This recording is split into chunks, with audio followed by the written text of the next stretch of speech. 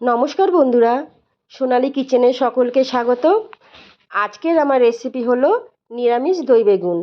আর নিরামিষ দই বেগুন বানানোর জন্য এখানে আমি নিয়ে নিচ্ছি 500 গ্রাম বেগুন। আর বেগুনগুলোকে এইভাবে চাকু দিয়ে গোল গোল আর পাতলা পাতলা করে কেটে নিয়েছি সব কটা।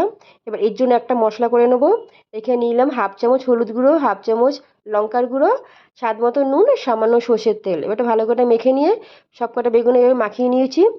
একটা বাটির মধ্যে এখানে আমি 200 গ্রাম টক দই নিয়েছি আর দিয়ে দিলাম হাফ চামচ হলুদ গুঁড়ো, হাফ চামচ লঙ্কার গুঁড়ো, স্বাদ মতো নুন।